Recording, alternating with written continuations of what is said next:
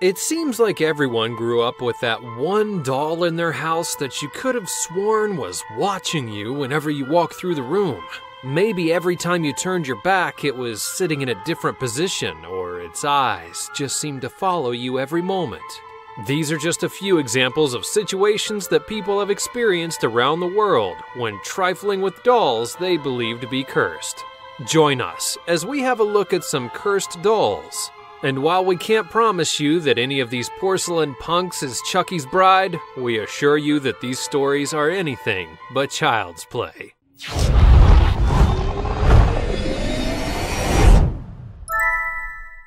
Annabelle. Now, why not begin with one of the most famous curses of cursed dolls? The story of Annabelle the doll was first popularized by the hit horror movie The Conjuring in 2013, and then once again in a separate movie simply titled Annabelle a year later.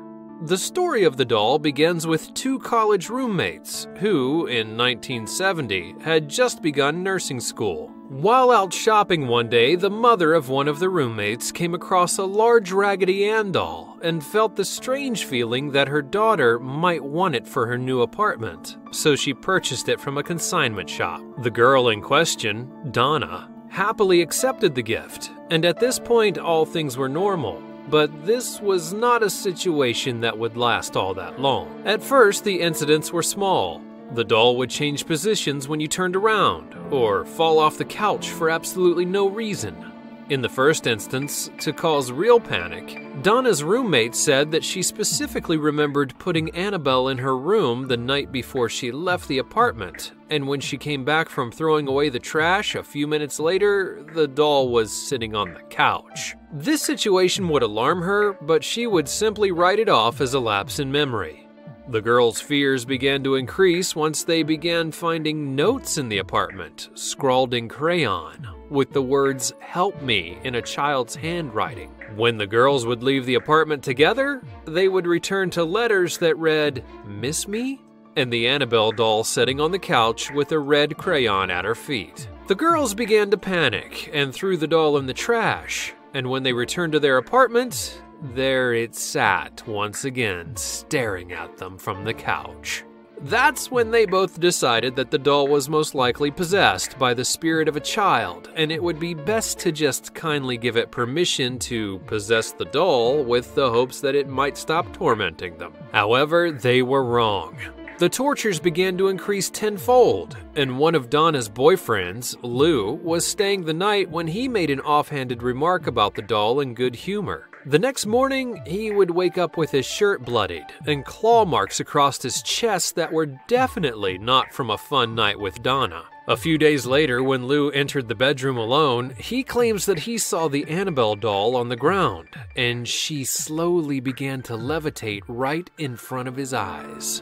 Within moments, the doll lunged at him and began to try to strangle him. This would be the final straw for the girls, who quickly sought out all the help of paranormal experts, Ed and Lorraine Warren. The couple, whose claim to fame is the investigation of the Amityville Horror House, determined that the spirit that possessed the doll was not in fact that of a young girl, but of a demon who had lied to them in order to gain access to the physical world. Unable to exorcise the demon from its vessel, the Warrens confiscated the doll and keep it locked within their museum of cursed objects so that it may no longer torment the people of the world. Juliet.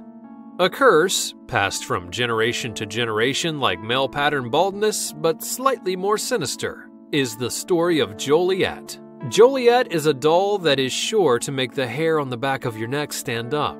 There's a family who has endured a curse for 4 generations that kills the male child of each of the family within 3 days of its birth. The curse began with a pregnant woman who was gifted a strange doll from a jealous and vengeful acquaintance. It was said that the lady would go on to have twins, 1 boy and 1 girl.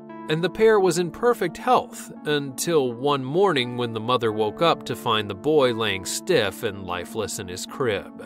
Doctors could not really find any direct cause of death, so it would be blamed on SIDS, otherwise known as sudden infant death syndrome, which is caused by brain abnormalities. The heartbroken mother continued on, as mothers do, but began to hear unsettling laughter of a disembodied child as she held her remaining baby in her arms. She would go on to search the house for the noise until she walked into the room where she heard the noise and saw the doll, Juliet, rocking in a chair by herself, all with an ominous giggle coming from it. She didn't know what to really think of it, but was told by others that she was probably just stressed out from recently losing her child. She also believed the advice of her friends and family, and continued on until she began to notice that the laughter continued, and it would soon be accompanied by the shrieks of a baby, even when her daughter was sound asleep. Deeply concerned by the occurrences, she contacted her priest, who wrote off the incident and said that she was likely just heartbroken and should try to move on. No one believed the poor mother's story about the cackling doll. Then she would try to get rid of it, but it seemed to just keep returning each time, and the laughs would become louder and louder. She feared that she was actually losing her mind until her daughter became old enough to voice her own concerns. One day, the daughter would ask her mother, "Why does Juliet laugh?" It was then that the girl's mother's fears were confirmed, and as time went on, the mother passed away, the daughter went on to start a family of her own. And like her mother, she was blessed with twins, one boy and one girl. And once again, the boy died on the third day, and the doll continued to laugh, but with a different pitch this time, and sometimes with two voices.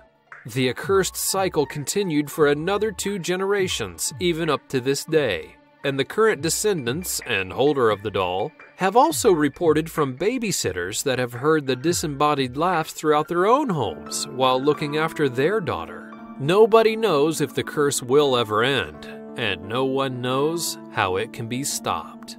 Okiku. It's said that right after the First World War, there was a young girl named Okiku who lived in the Japanese city of Iwamizawa. The 2-year-old girl's 17-year-old brother purchased Okiku a doll as a souvenir while he was visiting a marine exhibition in the city. The doll had distinct short black hair, was dressed in ornate clothing, and had hallowed black eyes. The boy's sister loved the doll and played with it as often as she could. That was until she suddenly died of a cold.